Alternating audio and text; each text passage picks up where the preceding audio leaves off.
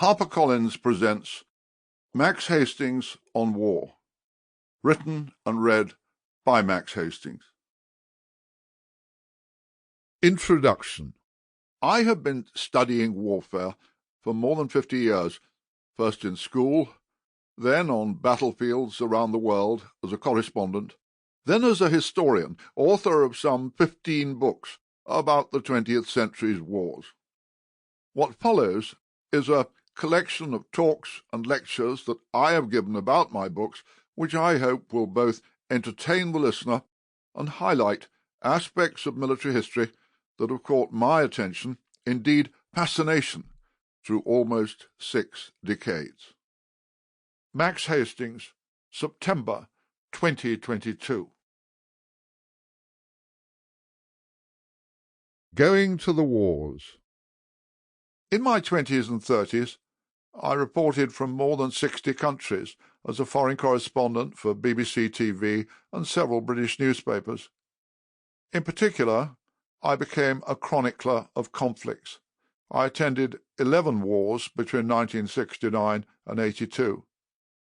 In 2002, I published Going to the Wars, an account of my experiences as a correspondent.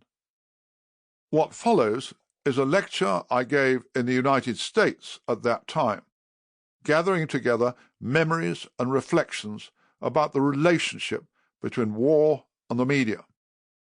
My feelings have not much changed in the intervening 20 years, where some of the same issues reveal themselves in Ukraine. In 1975, an Australian journalist named Philip Knightley published a history of war corresponding entitled The First Casualty. It was his thesis that journalists, and especially British ones, have persistently let down their societies by failing to discover and report the truth from the battlefield, mostly for reasons of either incompetence or corruptness. Knightley cited among his own credentials the fact that he himself had never reported a war. His book sold well and achieved a cult following. I disagreed with it profoundly and find that it reads as absurdly to me today as it did when I reviewed it on publication. First, in his contempt for the worst sort of correspondence seen in bars from Saigon to Kabul, Knightley ignored the long roll call of great war reporters. In writing my own books, I've often looked back with admiration on the writings of Drew Middleton, Alan Moorhead, Alexander Clifford and others in World War II, men of the greatest gifts who exercised them to the highest purpose, as their successors, both men and women, continue to do to this day, in Ukraine and elsewhere. Beyond Knightley's debunking of individuals, I believe that he missed a fundamental point about war reporting. All journalism is about trying to build jigsaws with many of the pieces missing.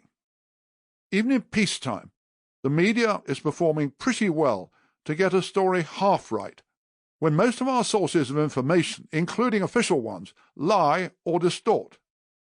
Many politicians and civil servants believe that they fulfill the function for which they're paid by putting a spin on their every pronouncement and action, just as we are assuredly doing our part by striving not to be bamboozled by them. But in war, far more of the jigsaw pieces are absent.